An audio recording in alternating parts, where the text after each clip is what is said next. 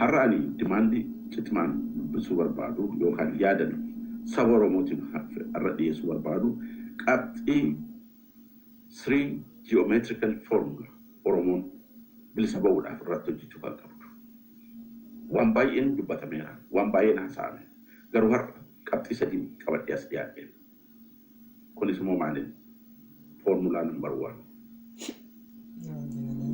ummanni oromoodhaa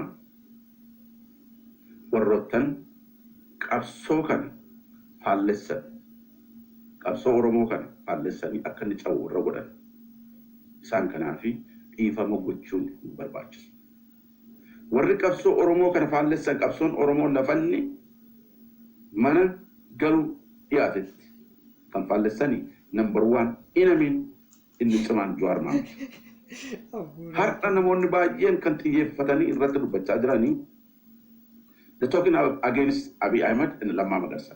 You can know Kabinot Abiy and Abbas. Uga Hasa Ubanata Igaru. The real enemy of the Oromo struggle is number 1 is Jawaar Mohammed.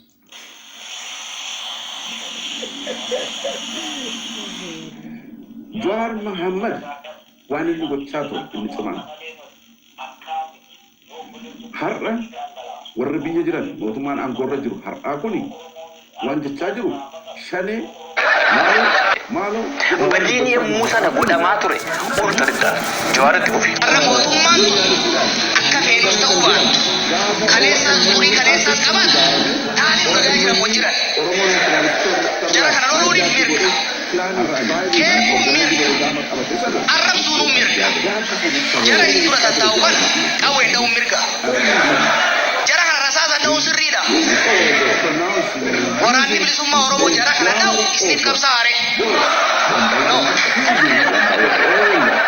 haasaa keetii fi haasaa Jawaar maaltu addaan baasa Dr. Ittaan akkamittiin addaan baasuu dandeenya isin yaadachiisaa jirra uummata oromoo har'a ka barbaachisu waraana ittisa biyyaati kan daangaarraa qottee beekoo jiru sinirraa dooru kaattuu naaddaa oromiyaa malee waraana caakkaa galu hin barbaannuti sagalee tokko walii taatanii waraana bilisummaa oromoo irratti bobba'aa turtan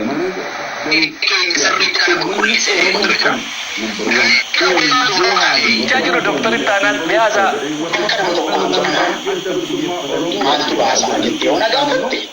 Rakkinni Oromoo dhufe rakkina qawweenaan biyyirraa waan ta'eef karaa sanaan yoo deeme karaa sanaan yoo dhaqee qabsaa'e biyya isaa harka deebisudha.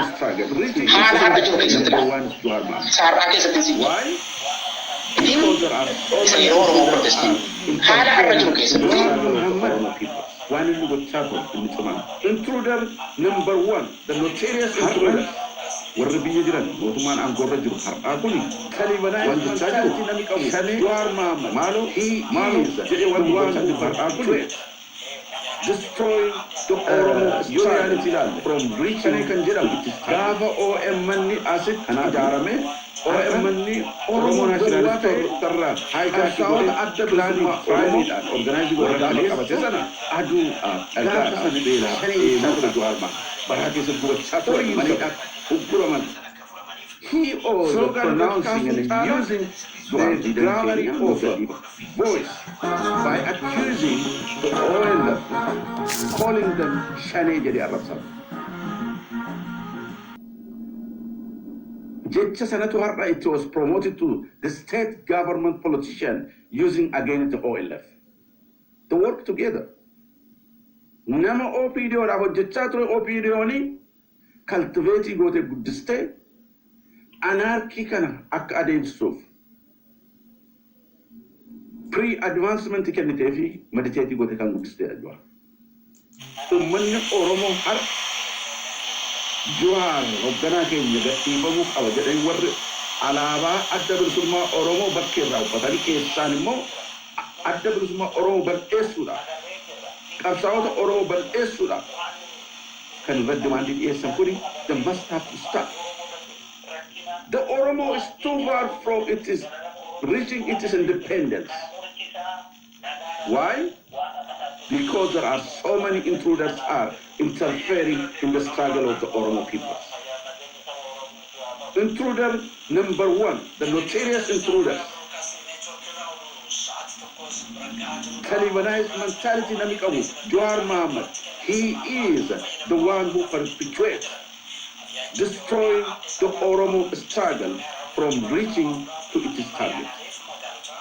Kanabi, Harra, Oromo Gowata, Kamsawat Adabel Suma Oromo, Warakalesa, Adu Agar Bela Ebu Barakis of Chatra, Manita, Ukuraman.